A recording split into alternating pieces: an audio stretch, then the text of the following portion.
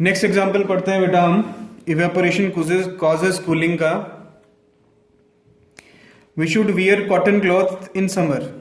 गर्मियों में हम कॉटन क्लॉथ पहनते हैं। ठीक है बेटा, क्यों पहनते हैं हम? समर में क्या होता है? पर्सपिरेशन होती है। पर्सपिरेशन का मतलब क्या होता है? पसीना आना। क्या होता है जब स्वेटिंग ज्यादा होती है समर्स में, पर्सपिरेशन के टाइम पे हमारी बॉडी से जो हीट निकलती है, क्लियर है, किसकी फॉर्म में? स्वेट की फॉर्म में। जो वाटर बाहर आता है बॉडी से, उस वाटर को इवेपोरेशन चाहिए, वो इवेपोरेट होना चाहिए। अगर हम कॉटन क्लॉथ पहनते हैं तो उसकी इवेपोरेशन बहुत आसानी से हो जाती है, वो इजीली इवेपोरेट होगा। और आपको पता है कि इवेपोरेशन कौन सा इफेक्ट कॉज करेगी? Cooling effect. तो जैसे ही वो स्वेट, हमारी बॉडी का स्वेट एनर्जी अब्सॉर्ब करके इवेपोरेट होगा, तो उसका जो कूलिंग इफेक्ट है वो हमारी बॉडी को ऑब्जर्व होगा। इसलिए हमें कॉटन क्लॉथ पहनने चाहिए समर के अंदर। क्लियर है? क्यों? क्योंकि स्वेटिंग जो होती है, स्वेटिंग गेट इवेपोरेटेड इजीली। जो हमारा स्वेट है that get evaporated easily and produce a cooling effect on the body. Clear है? नेक्स्ट क्वेश्चन है बेटा, water droplet on outer surface of glass containing ice cold water because. आप एक glass में ice भर लें, उसको रख दें, थोड़ी देर बाद ऑब्जर्व करेंगे उसके चारों तरफ वाटर ड्रॉपलेट इकट्ठी हो जाती है ग्लास के बाहर। ऐसा क्यों हुआ? Because water vapour present in air, air में जो वाटर वेपर घूम रहे हैं, on coming in contact loses energy. जब वो आइस वाटर के पास आए, ठीक है, जब वो ग्लास के पास आए तो उन्होंने अपनी एनर्जी लूज कर दी। एनर्जी लूज कर दी तो वो किसके साथ स्टिक हो गए?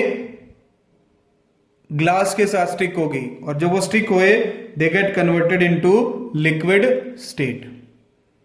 जब वो अपनी एनर्जी लूज कर देंगे they can change into liquid state. Clear है बेटा? ये सारे जो मैं एप्लीकेशन बता रहा हूं ये रीजनिंग क्वेश्चन की टर्म में आपको एग्जाम में आएंगी। एग्जाम में पूछेगा why should we wear cotton clothes in summer. Clear है? एग्जाम में पूछेगा why people sprinkle water on roof top. तो आंसर या रीजन हम क्या बता रहे हैं बेटा? Evaporation causes cooling. नेक्स्ट है desert cooler cool better on hot dry day as there is more evaporation which causes cooling effect.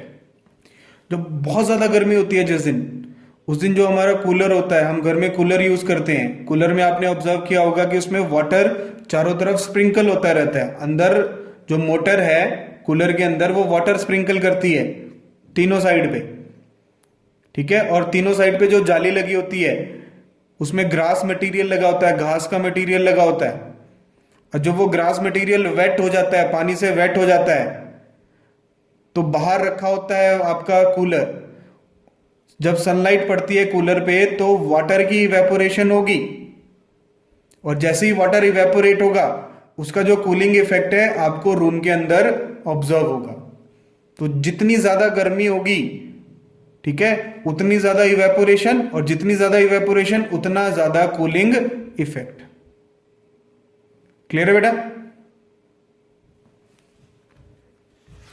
Next application है water kept in earthen pot becomes cool during summer as it contain many minute holes through which water evaporates.